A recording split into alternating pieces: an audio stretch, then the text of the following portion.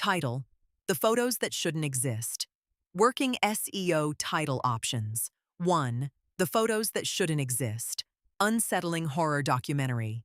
2. The Most Disturbing Photos That Shouldn't Exist. 3. When a photograph captures something impossible. Thumbnail direction. Text: Should not exist. Style: huge, pale, white, yellow letters, black stroke, faint red glow, cracked analog photo texture. Image: old photograph held by gloved hands. In the photo, a blurred figure stands where nobody should be. Face half erased, background like empty hallway. Forest, bedroom, mood. Archival, mystery. Plus, impossible evidence. Blue ones, dread. Viewer should ask, what is in that photo? A photograph is supposed to be proof, not because every photo tells the truth, not because cameras cannot lie, not because every shadow in an old image means something supernatural, but because a photograph feels like a piece of reality that survived. A room existed. A person stood there. A door was open. A face was turned toward the lens. A hand pressed the shutter. And then, years later, somebody finds the image and notices one detail that should not be there. A figure in the background. A reflection with no body. A child standing beside people who swear they were alone. A face in a window of an abandoned house. A shape at the edge of a family portrait, watching quietly like it was invited. That is the moment the photograph stops being a memory. Because the camera does not explain. It does not comfort. It does not tell you whether the thing in the corner is a mistake, a hoax, a dead person, a stranger, a glitch, a trick of light, or something worse. It only says one cold sentence. This was there when the picture was taken. And if that sentence is true, even for one photograph, then the world becomes less stable. Because photographs are not like dreams. You can wake up from a dream. You can dismiss a story. You can tell yourself someone exaggerated a memory. But a photograph stays on the table. It lets you come back again and again, zooming into the same dark corner, asking the same question. This episode is about the photos that should not exist. Not because they all prove ghosts. Not because every image is supernatural. But because some images break the agreement we have with reality. They show us something that looks too physical to ignore and too impossible to accept. Human beings trust images in a strange way. We know photographs can be manipulated. We know memory can rewrite itself. We know old cameras produced blur, double exposure, light leaks, strange shadows, damaged film, and accidents that can look terrifying. And yet, when we see a disturbing photograph, some older part of the mind reacts before logic arrives. A photograph feels like it came from the same world we occupy. It has texture, distance, light, dust, bad focus, ordinary furniture, ordinary faces, ordinary rooms. That ordinariness is what makes the uncanny detail so powerful. A ghost story can announce itself as fiction. A painting can be symbolic. A nightmare can be private. But a photograph begins by saying, this happened in a real space, and then it adds something that does not belong. That combination is uniquely frightening.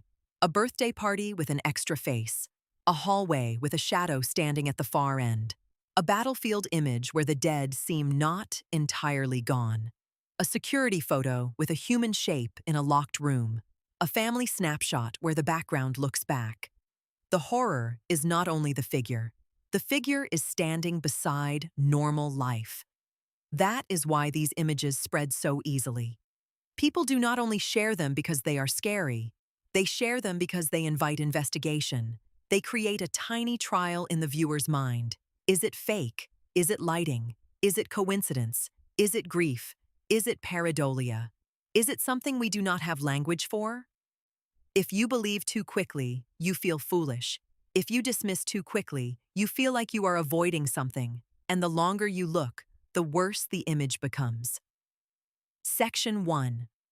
Why photos feel like evidence. Before photography, the supernatural lived mostly in testimony. Someone saw a figure at the foot of the bed. Someone heard a voice in an empty house. Someone watched a loved one appear after death. Someone swore a face moved in the dark. These stories depended on trust. You either believed the witness or you did not. Photography changed that relationship. Suddenly, the strange thing could be carried away from the moment. It could be printed, copied, archived, placed in a newspaper, passed between hands, or pinned to a board as proof. The ghost no longer had to appear only to one person. It could appear to everyone who looked at the image. This is why early spirit photography became so powerful. In the 19th century, cameras were still mysterious to many people. Long exposures, chemical processes, glass plates, and development errors created images that felt almost magical already. Then came photographers who claimed they could capture the dead. Some images showed pale faces hovering behind grieving relatives. Some showed transparent figures near the living. Some placed lost children, husbands, wives, or soldiers into the same frame as people desperate to see them again. Many of these photographs were fraudulent. Double exposures, staged portraits, reused negatives, darkroom tricks. But the emotional power was real, because the people looking at those images were not only looking for ghosts, they were looking for permission to believe loss was not final. A photograph could turn grief into something visible. And that is where the horror becomes complicated. A fake ghost photograph can still reveal a real human wound. It shows how badly people want the dead to remain present. It shows how easily technology can become a shrine. It shows how evidence can be manufactured when the desire to believe is strong enough. This is the first reason impossible photos unsettle us. They do not only ask whether the supernatural is real, they ask what we are willing to accept as proof when we are afraid, grieving, lonely, or desperate. Section 2. The extra person in the room. One of the most disturbing patterns in strange photography is the extra person. The person nobody remembers. The face nobody invited. The figure standing behind a group that looked ordinary until the image was developed. This fear works because group photos are supposed to be controlled. People gather. They arrange themselves. They smile. They look at the camera. The photographer checks the frame. A portrait is an act of social order. Everyone in the image is supposed to have a reason to be there. So when an extra face appears, it feels like a violation. Not a monster bursting through the wall. Not a corpse rising from the floor. Someone was included without consent. That idea is deeply unsettling because it attacks the safety of ordinary spaces. A living room, a school hallway, a wedding, a family dinner, a vacation snapshot. These are not haunted castles. They are not cursed forests. They are places where people lower their guard. And that is what makes the extra figure so effective. It suggests the uncanny was not discovered in some forbidden place. It was already there, standing patiently behind normal life. Sometimes the figure looks like a stranger. Sometimes it looks like a dead relative. Sometimes it is only a pale blur with the suggestion of eyes. Sometimes it is almost nothing. And that almost nothing is worse, because the brain has to finish the image itself. This is where pareidolia becomes both explanation and horror mechanism. The human mind is built to find faces. It sees them in wood grain, clouds, stains, smoke, fabric, darkness, and damaged film.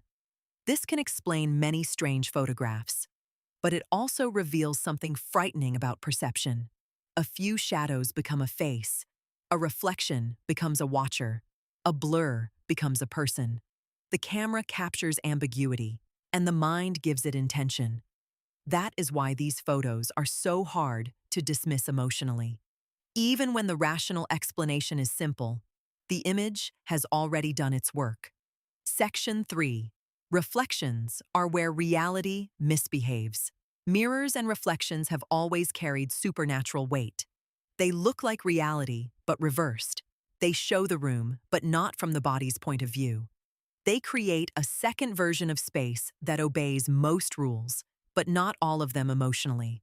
So when a photograph captures something strange in a reflection, the fear becomes sharper. Because the camera is already a device of capture. The mirror is already a device of duplication. Together, they create an image of an image. That distance from direct reality makes the viewer suspicious. A window reflection shows a face outside. A mirror shows a figure behind the photographer. A polished surface shows someone standing where the room is empty. A dark television screen reflects a shape that nobody noticed at the time. These images disturb us because reflections are supposed to confirm presence. If a person is there, reflection proves it. But if reflection shows a person who is not there, it feels like the world has produced a witness against itself. This is why reflection photos are often more frightening than direct images. A ghost, standing clearly in the middle of the room, may look staged. But a half-seen shape in a mirror feels accidental. It feels like the photographer caught the world slipping. That accidental quality matters. The scariest photographs often do not look composed. They look found, crooked, blurry, underexposed, poorly framed, too ordinary to be theatrical. The fear comes from the idea that nobody meant to capture the impossible. The impossible entered the frame anyway. Section 4. Photos become cursed when they outlive context. A photograph becomes more frightening when it loses its explanation. Who took it? Where was it taken? Who is in the background? Was the house abandoned? Was someone hiding there? Was it a joke? Was the negative damaged? Was the image altered later? When context disappears, the photograph becomes myth. This happens constantly online. An image is uploaded with a vague caption. My uncle found this in an old album. Taken in an abandoned hospital. Nobody was home. This was the last photo before he died. Look at the window. Those captions are powerful because they create a story around a static image. The photo provides the body. The caption provides the wound. Without the caption, many strange images would be less frightening. With the caption, every shadow becomes evidence. This does not mean the fear is fake. It means the photograph and the story infect each other. The image makes the story feel real. The story tells you where to look, and once you know where to look, you cannot unsee it. That is the curse of these photographs. Not that they summon something, that they teach your eyes a new anxiety. After seeing enough of them, every background becomes suspicious. Every doorway becomes a possible witness. Every black window becomes a place where a face might appear. There is another category of photograph that should not exist in a different way. The final image of a person before disappearance, disaster, murder, accident, or death. These photographs may contain nothing supernatural at all, no ghost, no demon, no impossible figure, and yet they can be more disturbing than any haunted image. Because the horror comes from knowledge outside the frame. A person smiles, not knowing what is coming. A child looks into the camera, still alive in that frozen second. A tourist poses near a place that will soon become dangerous. A normal street photo becomes unbearable because of what happened after. This is one of photography's darkest powers. It can preserve the moment before meaning arrives. When we look at a last photo, we experience two times at once. The person in the image lives in the before. The viewer lives in the after. You want to warn them. You want to reach through the image. You want to interrupt the ordinary second before it becomes historical. This is why last photos feel haunted, even without ghosts. They are haunted by consequence, by the knowledge that life can look completely normal seconds before it breaks. Section 6. When proof becomes a prison. The modern world has made strange photographs more common and less trustworthy at the same time. Everyone has a camera. Everyone can edit images. Artificial intelligence can generate faces, rooms, ghosts, disasters, and fake archives with terrifying ease. In one sense, this should make impossible photos less frightening. If anything can be faked, nothing should disturb us. The uncertainty has become part of the horror. Would I even know if it were real? Older ghost photographs frightened people because the camera seemed objective.